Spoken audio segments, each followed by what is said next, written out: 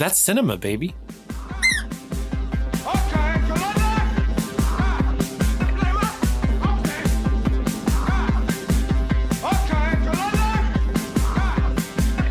Sonny Corleone was a Long Island tough, big eggplant energy, but it wasn't enough. Quattro lived in a belly, but he got one in the brain. My feet exploded, Nessie driving Robocop insane. Clyde had a gun for fighting, Bonnie wanted one for fun. They was only 24 and 25, and she got 26 shots when they died.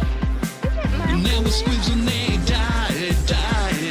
There were squibs when they died. Hello and welcome to The Good, the Pod, and the Ugly, a film podcast where we traditionally pair movies from actors or directors or other creatives.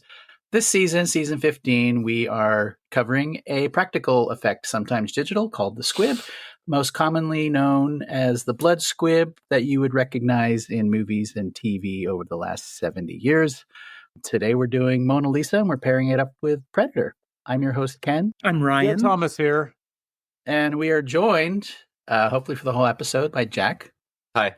Who is actually the one that picked Mona Lisa. Yes, and because podcasting is a visual medium where visual gags go really far, I am currently wearing a Hawaiian shirt with a gray suit. Yep. I can attest. And I'm wearing an overcoat with nothing underneath.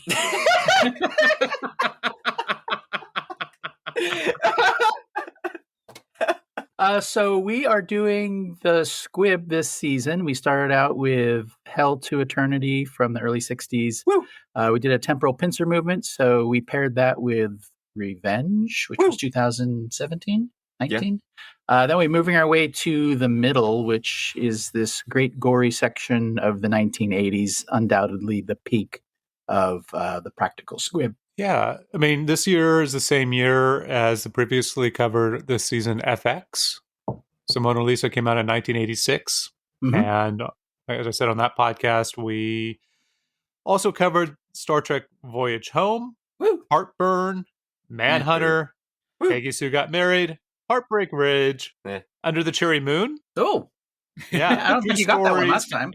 Well, yeah, I forgot that last time. True Stories and Texas Chainsaw Massacre 2. Woo! Oh, okay. Good year. I wonder, we should at some point do the most represented year on the podcast, because that's a big list that you just rattled off. Yeah. Neil Jordan, what experience do you have with Mona Lisa? What's the first time you saw it, if this was the first time, and then your general experience with Jordan? Because Jordan has been making movies since the early 80s, and he's still working today, has a pretty deep filmography. And we've never really talked about him before, for a good reason.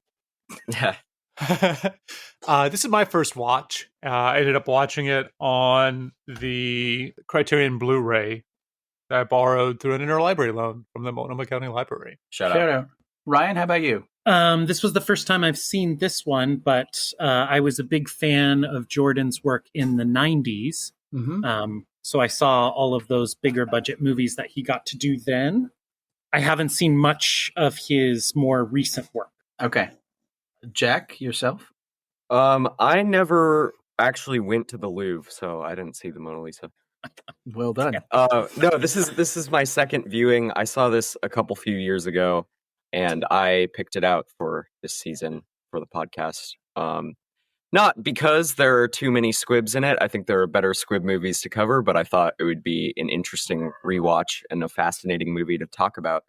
And also, I know how much you hate Neil Jordan, so I don't hate Neil Jordan. You have said before that you hate Neil Jordan. Specific. Wow. It's not against Neil Jordan. It's against the Academy, who gave him the Oscar for Best Screenplay for The Crying Game, just because it has a twist. The twist is it's a dick. While one of the greatest original screenplays in the history of cinema, Unforgiven, was sitting right there. So I don't blame Jordan for that. That's the Academy saying, we're going to use the Best Original Screenplay Oscar just to throw a bone to this movie that everybody likes and is not going to get anything else. Well, you don't think it was also just kind of, I don't remember what they call those, but it's like a makeup Oscar or an Oscar that this other film should have gotten it. And so belatedly, they decided to give it in a different year, because I've seen High Spirits. movie that he made after this, if you're not familiar, Jack, is and he says like repeatedly, I don't know how recent the commentary is to the original film, but he does say he took his cachet from Mona Lisa and decided to make a comedy, which is the worst idea he ever had.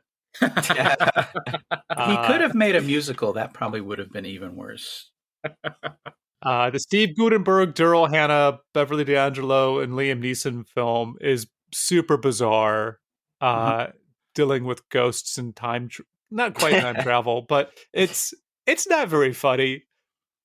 It's not very moving. Jordan, I don't really think of comedy when I hear Neil Jordan, but he followed that up with We're No Angels, one of the few movies he had no writing involvement with. It was a remake written by David Mamet, starring Sean Penn and Robert De Niro. And yeah, that also wasn't very good. Yeah, I remember that being trash. Yeah. The Crying Game Oscar, Ken, is a Weinstein special. That was one of his first big coups as a Oscar lobbyer and schmoozer. Really? Was to get that. Yeah. Well, he the secret, don't reveal the twist. That was all him. And then, he really pushed that one hard for the awards. And if I could talk a little bit, I don't know, we're talking 1992 and The Crying Game, but I still have a grudge against my former roommate in early 1993, who the morning of the Oscar nominations, he got up early because he was a film nerd. And then he came in and said, there's a lot of controversy about Jay Davidson getting that Best Supporting Actor nomination because you're supposed to think it's a woman until the reveal. I'm like, what the fuck is your problem? Why are you telling me that? Wait, which roommate was this? Still pissed off about that. So the whole movie, I'm waiting for the dick. That's not a way you go see that kind of movie. There are certain kinds of movies. Listener, pull that quote from Ken and just make a dance theme to it. So Neil Jordan was a writer first and foremost. Fairly well-renowned book of short stories and a middling novel. Worked with John Borman as a creative consultant to Excalibur, which I hope we can do sometime. To finish off our Gabriel Byrne trilogy. And then Borman was the producer of his first film, Angel, which was about the Troubles. And a musician who gets enmeshed in violence, starring Stephen Ray, who would go on to feature in a few Jordan films. And then he made this film, Mona Lisa, which is both the second film and I think the first one of his that really caught the eye and the ear of, film nerds of 1986, myself included. I saw this on video in 1987. That's the only time I've ever seen it. Oh, wow. Yeah. I didn't know this movie existed, though I was, I guess, impressed by the strangeness of the story of The Crying Game, which we don't need to keep talking about it. But I think this film also has similarities as far as tonal shifts in the film. I almost feel like Crying Game is a way of him getting back to like a Neil Jordan movie. It seems very much a retreat into something that shares a lot of similar themes and settings. Yes. Well, but I would also say like one big difference between so the original script, like Neil Jordan kind of had the idea. The idea was that they had read, one of the producers had read a story about a person, a male who was arrested for being a pimp, but he said that he wasn't these two women's pimp. That he was instead just offering protection. Like there was no money. He was just a good citizen trying to protect these two prostitutes. And from there, he gave that information to David Leland, who got his break to go back to talk about Alan Clark. Made in Britain. Made in Britain. Yeah. Yeah. And so he wrote a story that was a lot, as you can imagine if you've seen that film, a lot grittier. And so if we're talking about a Neil Jordan touch, and then I'll pass the mic over to Ryan, who sounded like he wanted to say something. It seems like the humor and the weirdness might be the Neil Jordan touch. Yeah. Before I pass it over to Ryan, David Leland also was Jordan's co-creator on the Showtime series The Borgias in the 2010, 2011. Oh, I didn't know that was and Jordan. The first season was like all written by Jordan and or Leland. So they were collaborators for obviously quite a while. And before I pass it over to Ryan, I actually don't have anything to say. You can go ahead, Ryan. Yeah, go ahead, Thomas. Yeah, so Handmade Films was a British production company that would do things like big. When you think of like British films, Nail and I, Monty Python and the Holy Grail, and there's like another big one that I'm forgetting. Oh, Time Bandits. Yes, George Harrison of the Beatles. Before I pass it over to Ryan, God. I think when Bob Hoskins became the guy that they were going to go for, Jordan specifically tailored it for Hoskins' strengths. Yes. And I think it was the TCM guys who described Bob Hoskins in this movie as the most lovable pit bull. Yeah, originally it was going to be Michael Caine, was how Leland was writing it. And then they found out that Caine wasn't available for the full shoot. And got rewritten and punched up for Hoskins. So just very quickly before I pass it over to Ryan, Robert William Hoskins was born in Bury, St. Edmunds, England on October 26, 1942, bald and 5'6" tall. But when he was born? But even at a prodigious age of 0, he was able to act and passed as a baby. And really continued to find new roles until he appeared age appropriate. And then he became an actor. On stage and screen, he would become a legend, acting opposite Patrick Stewart in the Royal Shakespeare Company's production of Iceman Cometh, where Hoskins played Bobby Drake and eventually taught Stewart how to read minds using Cerebro. As well as he famously played the band's manager in Pink Floyd's The Wall, during which he screwed them out of thousands of dollars at the front door receipts. He suggested that Nicholas Coppola change his last name to Cage when he was shooting The Cotton Club, and have his teeth removed for his role in Birdie. And he would act opposite Denzel Washington, my man, in Heart Condition.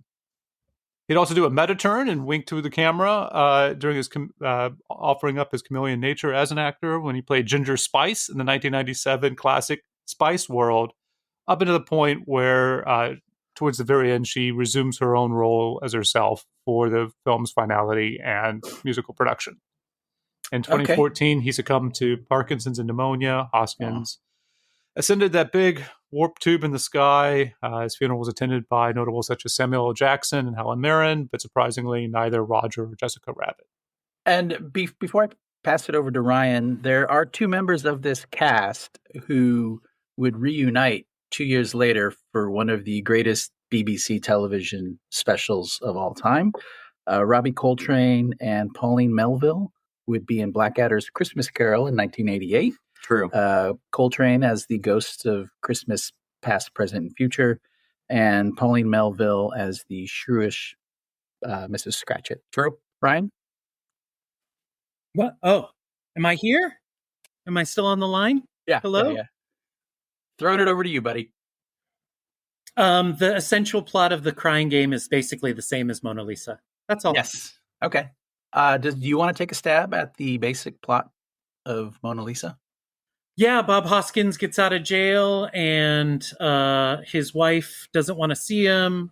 He's not allowed to see his daughter. He ends up moving in with his friend who's a mystery writer and lives in a kind of weird warehouse, who collects a lot of plastic tchotchkes that confused Hoskins, who went into jail in the 70s. It's now the mid-80s. And he's looking for work, so his old henchman boss, who's now a pimp, a high-powered pimp who runs a lot of porno shops and nudie dance places, as well as selling ladies off, assigns him to work for one of his prostitutes. And over the course of the film, there's a little bit of confusion about whether or not they're falling in love, or whether he's just helping her with her problems.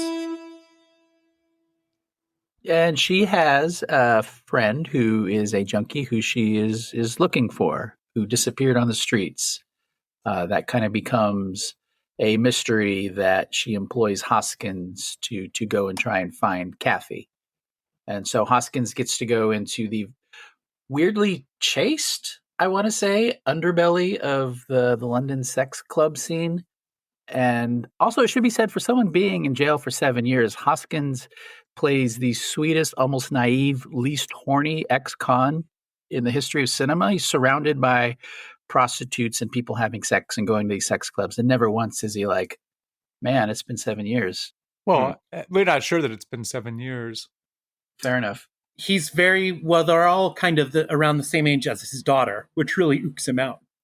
As it would. He has the opening scene is Hoskins showing up after being released from prison. And then the nice touch is the suit he's wearing from prison has flared trousers because he went to prison in the late 70s. I thought that was a good detail that someone thought of. But it's the angriest he is in the opening scene. You think, oh, this is going to be like Bob Hoskins, and he's going to be nice, and then he's going to blow up in anger. And he really doesn't blow up too much until maybe the very end when he's really drunk on the pier. Yeah, it's a weird way to start a movie when that's not really his main mode for the rest of it. I think it gives you an idea of who he is because he does seem so sympathetic for the rest of the movie. And so the intro lets you start off already questioning whether he is actually a good person or not. He seems like a bad person at the start, you know? Yeah, fair enough. I mean, also Jordan, one of the things I don't like about Jordan, he has a very long filmography, and I think he's good. I think most of his films are just good, and there's no great weakness, but there's rarely anything transcendent. I think the closest he gets might be in this movie with some of the weird touches that he brings. And he also, from my opinion, a lot of his movies, his characters, we meet them in the moment. And there's very little about their past that informs them. It's very present tense, and sometimes, as far as character depth and whatnot, I think that might be something I'm missing in his movies. I'm trying to figure out why his movies never hugely connect with me. And I guess that would be the embodied by the rabbit, where a rabbit is purchased and given as a symbol of something that no one knows what it's actually about. That I actually like. Or why he went to prison is never explained. And Michael Caine is kind of Bob Hoskins is playing the Michael Caine role from like the early 70s, the Get Carter type movies. And Michael Caine is now playing the big bad, like the main criminal in Get Carter that he goes after. So it's good that Michael Caine did not have time to do the lead role, because I think it works almost as a passing of the torch a little bit from two eras of British crime films. Mm-hmm. Mm-hmm. Yeah. I mean, his co-star, Cathy Tyson, this is her first movie role. Mm-hmm. And one of the things that Neil Jordan says is that he likes working with novice actors. She was treading the boards, but as far as movie, like having somebody working on their first movie, because they don't understand all their angles of the artificiality yet. And so there's less, I guess, conflict, or he's able to better manipulate what he wants to see. Or things become a little bit more natural in the acting style. Yeah, you can definitely see that. She also bears a strong resemblance to Jay from The Crying Game. Even though Jay is trans, their appearance is almost exactly the same. Yeah, and Jordan does have a history of I don't know if the word is alternate sexuality in some of his movies. Obviously, The Crying Game, The Miracle, his return from Hollywood after those two disasters, was semi-incestuous. And then he also made a movie with Cillian Murphy as a trans person, Breakfast on Pluto, I think 2013, which could not be made today. So he has long had a history of that. One of his things he wanted to do, make the movie of the Borgias, is because both that era and Catholics being so obsessed with things that they can't have or shouldn't do, which was sex. So that's why there was a lot of sex in that show. So he's always had an interesting take on sexuality in his movies, which is one thing I like. Yeah, and when he was, I don't know if you remember, Ken, but when they were making Interview with the Vampire, which Jordan directed in the mid-90s, the rumor before the movie came out was there was going to be a sex scene between Brad Pitt and Tom Cruise. So that got people pretty hot under the collar, both horny and angry. Yes, and then if you'd seen the Crying Game, you're wondering how much we're going to see of Brad Pitt and Tom Cruise, and then it was a nothing burger when it came out. But much to Tom Cruise's chagrin. Yeah. So this film doesn't have any nudity. I don't know if you guys noticed. There's a brief scene in one of the Peep shows where a woman is topless, but other than that, and that's by the producers. The producers didn't want nudity. I guess one of their first shots though was in the spa that is towards the end, where both Caine and Hoskins were, and they ended up just for their dailies for like the first day of shooting, basically having Hoskins teabag the camera inadvertently.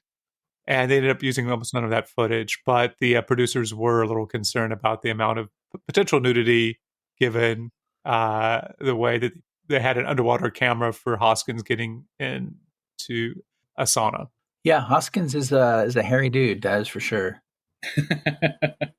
He's what's crazy was he was originally supposed to play Miss Doubtfire.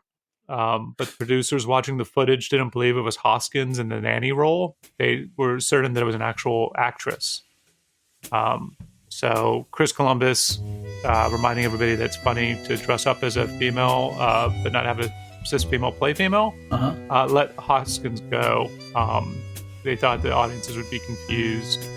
And so instead they added in the uncles and makeup, because Hoskins had originally just shown up as Hoskins and was such a good actor that they took him to be an actual woman in her late 60s.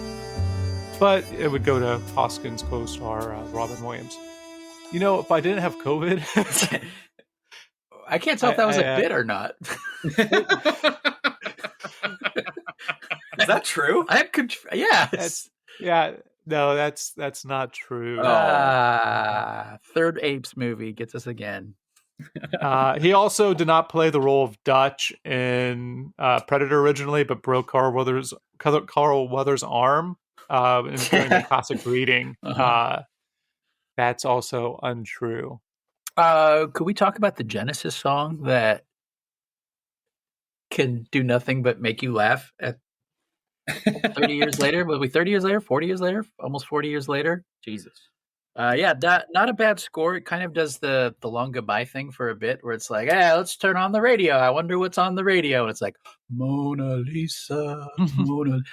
And then when he starts his sex club montage, we get a synthy Genesis song, In Too Deep, which does not fit what is happening on screen. So I know what everybody came here for. We're not at reactions yet, but we came for heights of the actors involved in this movie. Bob Hoskins is a stout 5'6". Cathy Tyson, who plays the high-end call girl, is 5'10", tall lady. Robbie Coltrane, who plays his best buddy, the mystery reader, is 6'1". Yep. And Michael Caine and his scenes with Bob Hoskins is 6'2". His scenes with Bob Hoskins are great because it's like Arnold Schwarzenegger and Andre the Giant standing next to each other. Wait, which one's which? Exactly. He ends up being a giant, right? And Princess Bride? Robbie Coltrane? Oh, no, Robbie Coltrane in the Harry Potter movies, yeah. Yeah. Becomes, which I've not seen, who but does he play? Hagrid? Hagrid, yeah. Hagrid the giant, half giant. Uh-huh. Whose costume in that movie is strangely similar to that of his costume in Blackadder's Christmas Carol, which would be made 2 years after Mona Lisa was released. True. But I think that the people who made Blackadder's Christmas Carol should have sued. Basically, just use the same costume, the same beard. He's basically playing the same role. Before we get to reactions, because we're not there yet, could we talk about the squibs in this movie? We'll insert the rat-tat-tat-tat, even though it's just a revolver this time around.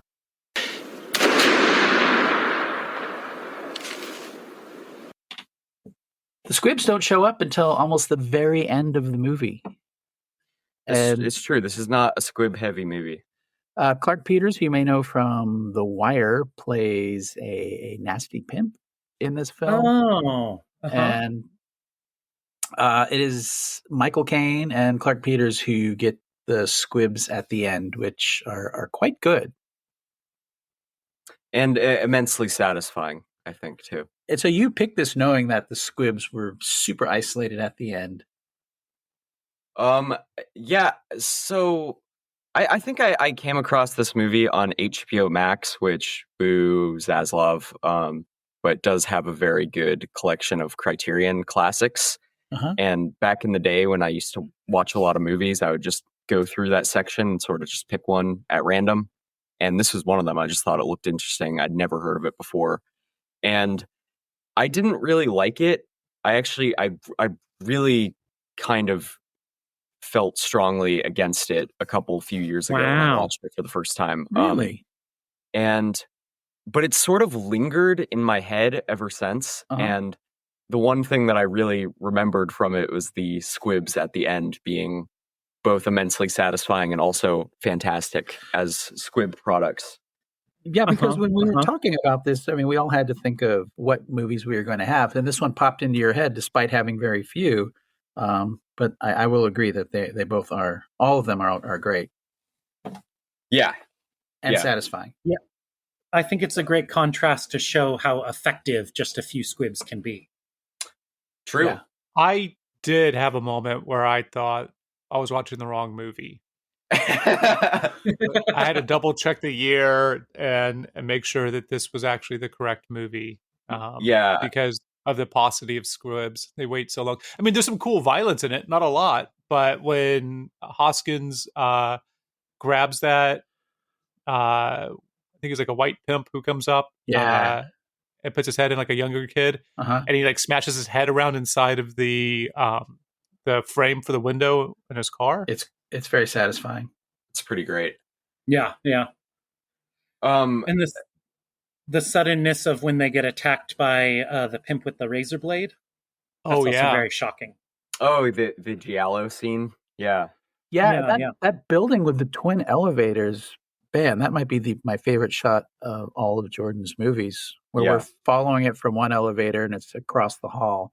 The other one, and they're both synced up, is an amazing shot. It really is, yeah. And the lenser for this had just done Brazil. Also handmade films, right? It's Gilliam's dude. Yeah, that makes a lot of sense. Yeah. This is a great looking movie. The mid-'80s is a great time for cinematography and film stock and crime movies. What do you think is the best squib?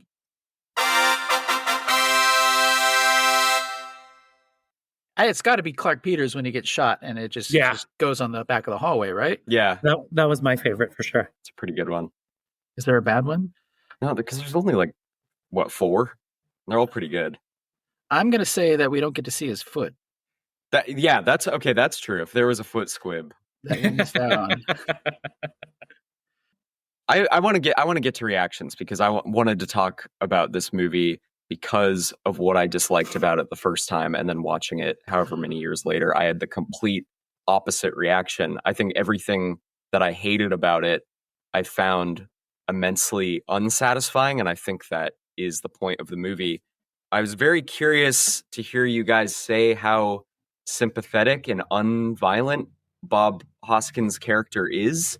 I think he is meant to be on a sort of surface level in contrast to the rest of the people in this world. But I actually found him this time around to be almost more violent and predatory but just in a much more subtle way than all of the other men in this world.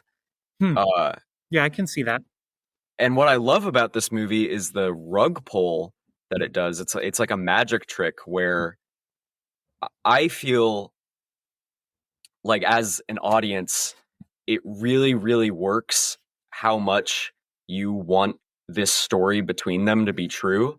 And at the time that you find out that it isn't, the same time that Bob Hoskins' character does, it is so devastating, or even more devastating, the fact that he doesn't believe it's real, that there isn't actually any connection between them by the end. I just found it absolutely fucking flooring. And I think the first time I watched it, I wanted it to be Taxi Driver. Like I wanted him to get the bad guys in the end, and for there to be some sort of satisfying conclusion. And even though the two worst, nastiest characters in the movie get shot violently, gloriously, nothing about this ending is satisfying, and nothing about his character is satisfying, because he is like a big pit bull. Like he's like a big, nice protector. He's a violent dude, but he has a soft spot for her. But that's just not the truth. That's just not what is true about these two characters.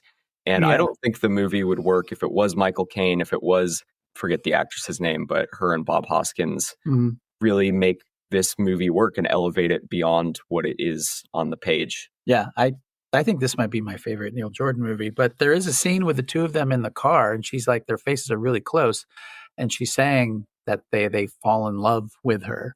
Yeah. And it's because she could be what they want them to. She's basically telling Bob Hoskins that he's going to fall in love with her, and it's not really going to be her. Yeah. I had a moment watching, because we don't know what he's locked up for 7 years. I thought maybe he was just institutionalized. But when they're at the boardwalk scene, which is like the penultimate scene, before people get shot, he's a little bit manic or desperate in a way that made me think that he, like, the thing that we don't know that he did in the past might have been some type of stalking or sexual assault or obsession. Yeah. Just to the degree that he plays, like, he plays that role, doesn't seem safe. Doesn't seem like somebody you would want as your paramour. Yeah, completely. And I also read that scene of him being extremely drunk as well. Yeah, he's been up all night drinking. Yeah. So, but that chase scene on the boardwalk, when him rattling that razor on the bars on the pier, and then the kind of amusing chase scene where he knocks over a cart, and then there are some midgets. Yeah. Or I'm sorry, dwarfs. I'm sorry. I don't know what the proper Little nomenclature. people. Yeah. Are fighting, and someone's playing like an accordion. It seems very lived in on the pier. That's what would be there.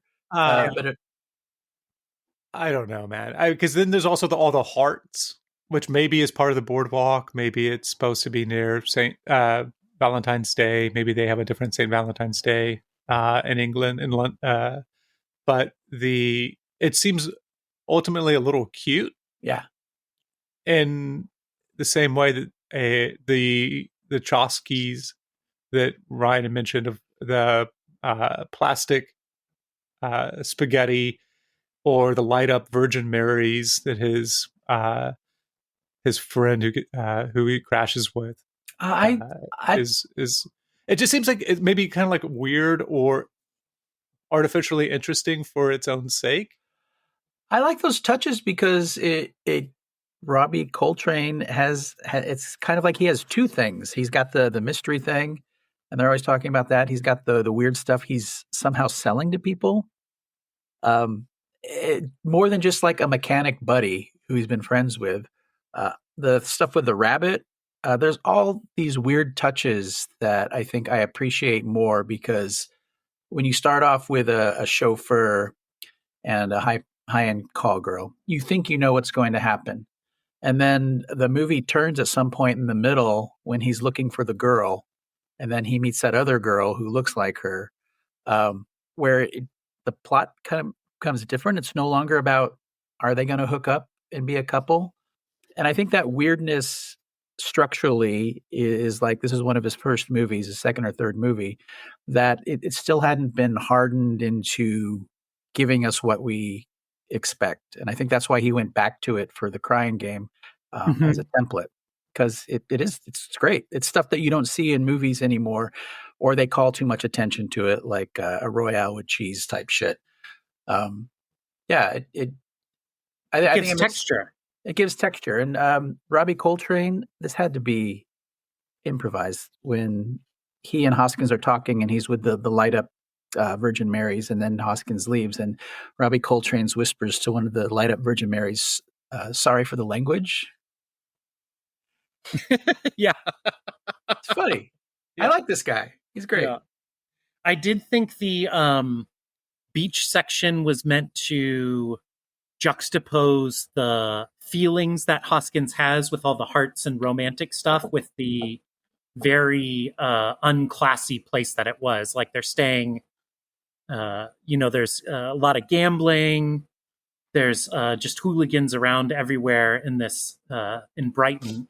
And it's not quite the romantic getaway place that she paints for him earlier in the film. Oh. Yeah. Is Brighton where the that Richard Attenborough movie we watched, Thomas? I thought so. Pinky? Yeah. I forget the name of the movie, but yeah, I kept expecting him to show up. But we already have one little guy, so we don't need two. I guess the other interesting point at some level, I get, or it's hard to see this film and what's depicted and say that sex work is work. And so it feels like... Really? Okay. What does that mean? It feels like everything is tinged with... It felt like a very Christian movie at some level. Everything is tinged with sin. Mm-hmm. Even like, especially like if you think about the shot towards the end after Cathy Tyson's character Simone shoots people, and then she like looks up kind of beatifically, and there's like light coming down. It feels like a religious poster. Uh-huh. And there's no like every prostitute has been attacked. There is no high-end, even as a high-end call girl, she's not exactly she's not free from a lot of other terrible stuff. Oh, so are you saying it's less work and more like some kind of indentured servitude or slavery? Yeah, that's what I think the film depicts everything as. Maybe even getting a porno, renting a porno from the back of the VHSs that they have, or looking at a skin mag is akin to sexual slavery, human trafficking.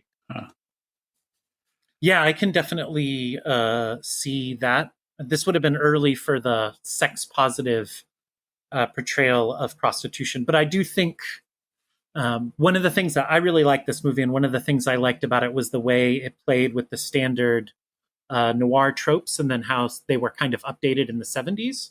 So, he's kind of the archetypical noir victim of a femme fatale, and she lures him into falling in love with her for her own ends. But then as the movie goes on, kind of to your point, Thomas, we realize that her situation is much more terrible than he imagined at the beginning, or he can even deal with as the film goes on, and that the whole world is very seedy, and she's not. I think part of the reason he freaks out at the end is because he's not convinced that she really is culpable for what has happened to him, just because her situation is so fucked, Yeah. He seems mad at the world. Do you guys like this movie, Thomas and/or Ryan? No. Ryan? Oh yeah, I really liked it. I thought it was very, very clever. Okay. And Jack, you obviously like it, right? Yeah, I love it. I think it's fantastic. Thomas, why don't you like it in a sentence? I'm confused. I think this is what Ken said. This is a very strange movie. I wrote down very strange movie. Uh-huh. This is back when I was, coherent. I watched this film not since I had the reaction to my booster. Like at the time, back when my head was straight, I was like, this is a movie. From the convoluted detective stories that Thomas tells, to the like white stallion that's there from the stories that they're telling, to the bunny, which is admittedly not a thing and is not really explained, to the Michael Caine moment where he has showgirls like dancing around them and like almost like a Bugsley like a musical while they're talking to each other. That how he's able to Michael Caine's birthday, that it's his birthday on that day. Like there's just a lot of choices being made, and it feels like it goes to, like we say in improv, crazy town very early on. And so it just doesn't feel realistic to me. So you felt like this film and the next film, as like if I was like a like 10 years ago, back when I was 9 or so, it would feel cool, like a sleepover, hanging out with the Robbie Coltrane character in his hideaway. He has a warehouse, and inside the warehouse he has a van, and inside the van is where they sleep. Yeah, it's a trailer. Interesting. And it just feels like a hideout or an HQ, like a treehouse. So that's fascinating, Thomas, because I think all the things you're bumping against were meant to flesh out the world and make it feel more realistic, which is not to say that you're wrong, but all of those things really worked for me for the reason they didn't work for you. Yeah, I think the Irish gal. So Ken had mentioned that when the Hoskins character is searching for Cathy Tyson's ex-lover, also named Cathy. Simone's weird. That must be weird, her saying her own name. Simone's searching for Cathy. That we run into an Irish gal and other like blonde white chicks who were maybe under the age of 20, and some of them seem to be in their like early teens. Yeah, and all that is interesting for me and unsettling and disturbing. But we don't have, well, I guess what Jack was saying, we don't have like a taxi driver, self-proclaimed savior, I'm going to go shoot a pimp response. I thought that's what that scene was. I was surprised to hear Jack say that. But when he kills Michael Caine and Clark Peters, I thought that was very much a play off a Taxi Driver. Or I guess, does she kill them? Or does he do it? Yeah, she kills them. Yeah.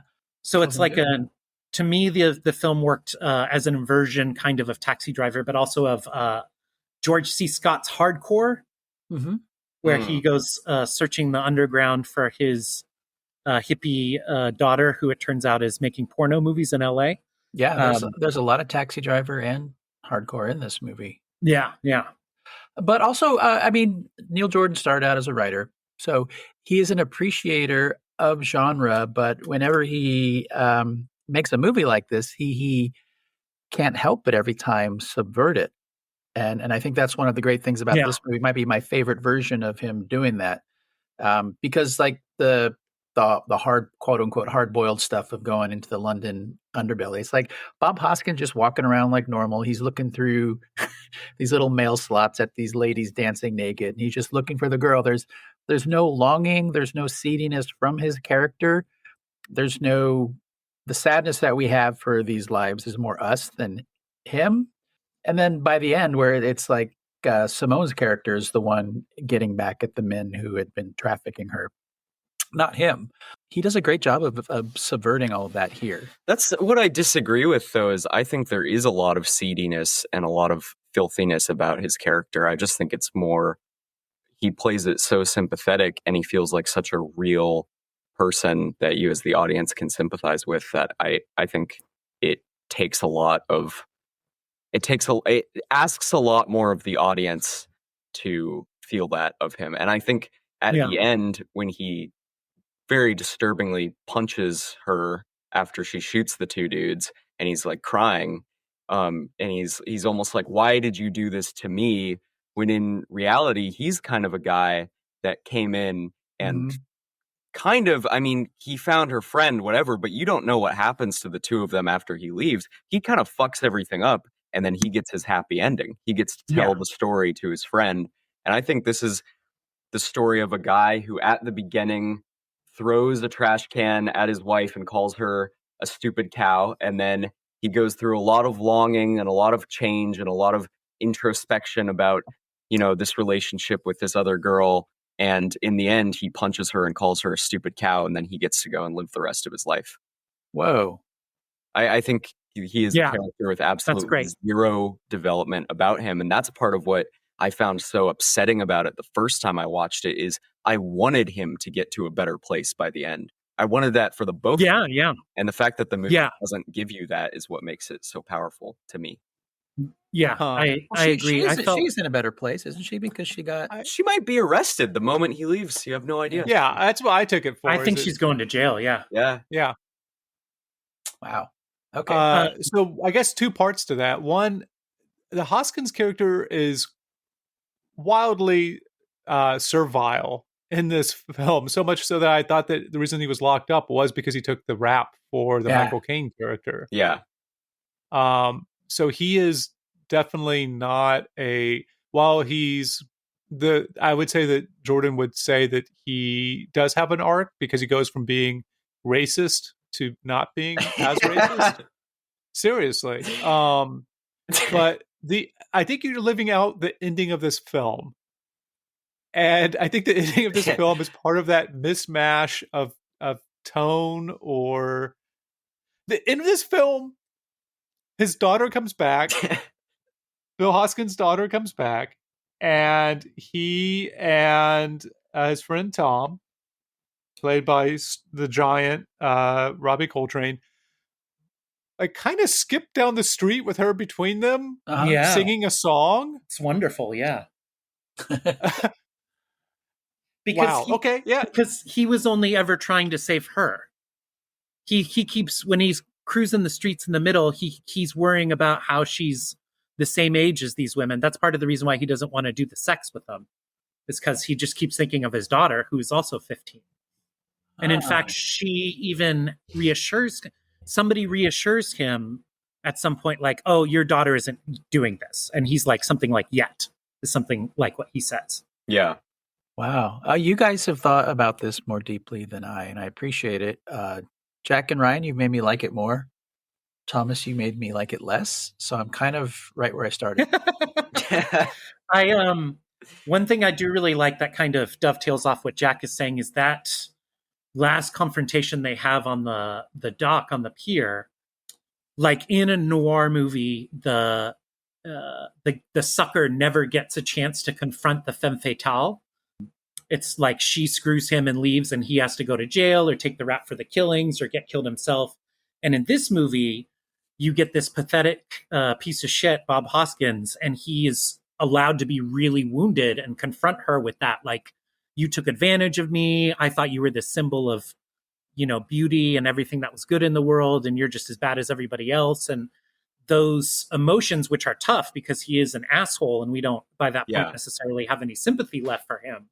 It's still like a genuine, like, she took advantage of him. We just think for the right reasons as the audience, you know, or at least I did by that point. But he's left to hold the bag emotionally, and that he really gets that one shot to give it back to her, give her what for. And that's exactly what I find so devastating about the whole thing, is that he cannot see, even in that moment, he cannot see that she actually does care for him in some way.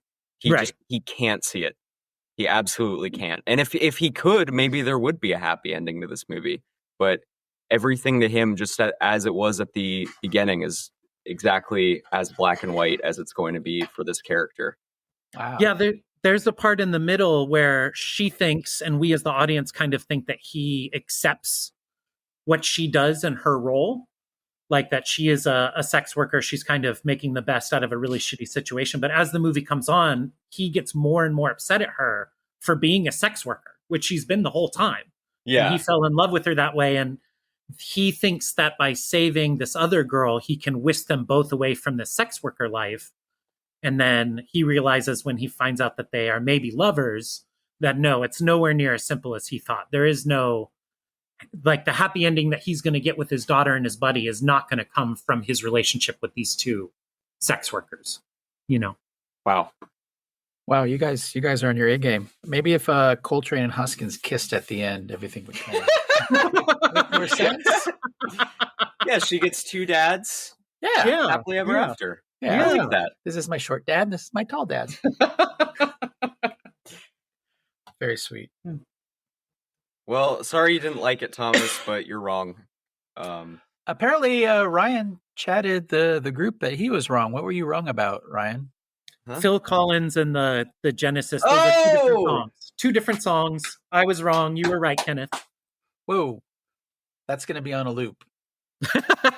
Fair. That's my new alarm when I wake up in the morning. You were right, Kenneth. You were right, Kenneth. Well, also, Ryan, thank you for the theme song. If we're wrapping this up, you're welcome. Right? Okay, yeah, it's great. We don't get banned in the Ukraine or Russia for this theme song. Oh, the Ukraine? The Ukraine? Whatever. It's not the. I guess it's not. We don't have enough time for I didn't this say right the now. Russia. Maybe I should. Thomas, I hope you're feeling better next week for Predator.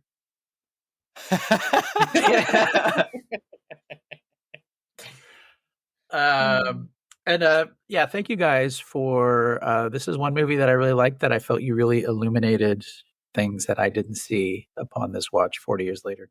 Yeah, thank you. Okay, now we gotta go get to the chopper. Get to the chopper now. Artie here in the studio for Predator next week. They died, yeah, they made a big mess when they died. On a follow walker down South American way, it got squibby, sticky, messy when they got there that day. Peyton lost his love and so he made a face. Django met a dentist, but big holes in little brains. Montoya's chest exploded, somehow wasn't the cocaine.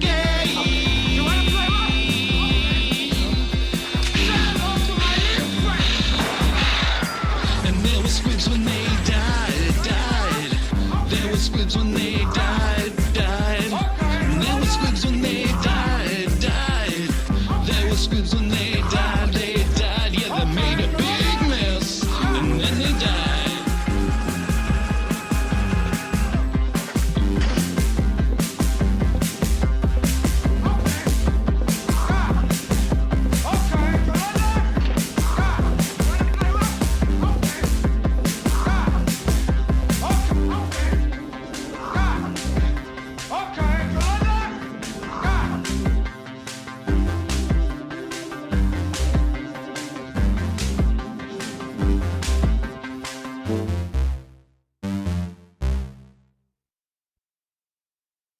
Sorry for the language. Where it's like, hey, let's turn on the radio. I wonder what's on the radio. And it's like, What? Oh, am I here? so the whole movie, I'm waiting for the dick. I've seen High Spirits.